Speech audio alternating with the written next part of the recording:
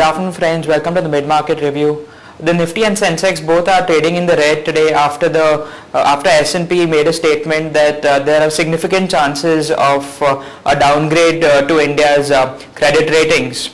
Lots of sectors have been hit today as real estate is down, power stocks are down, banking stocks are down, and even goods stocks are down today.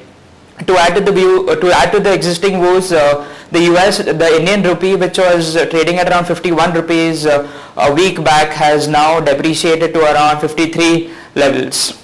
On the global markets, Hang Seng is trading down by around 0.19%, whereas Nikkei is down by around 2%. Coming back to the Indian markets, the Nifty is currently trading down by around 37 points at around 5667 levels, whereas Sensex is trading down by 115 points at 18,677. On the stock specific counters, Indiabulls stocks have taken some beating today as they have been accused of having huge investments by politicians. As Indiabulls real estate is down by around 8%, whereas Indiabulls power is down by around 8% as well. Polaris is down by around 6% today on news that its managing director has been caught for insider trading and has been barred from trading in the Indian capital markets. On real estate companies have also taken quite a lot of beating today as stocks of DLF, HDI both down around 4%, whereas Unitech 2 is down around 4%.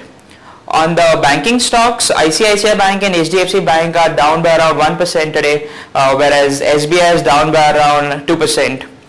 Infrastructure companies too have taken a lot of beating today as stocks of GMR Infra, Lanco Infra, IRB Infra, Nagarjuna Constructions all down in the range of around 2 to 6%.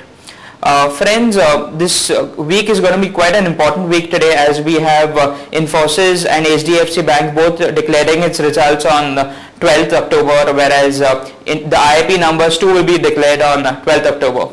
That's it, friends, from the mid-market review. We'll catch you in the post-market session. Thank you and have a nice trading day.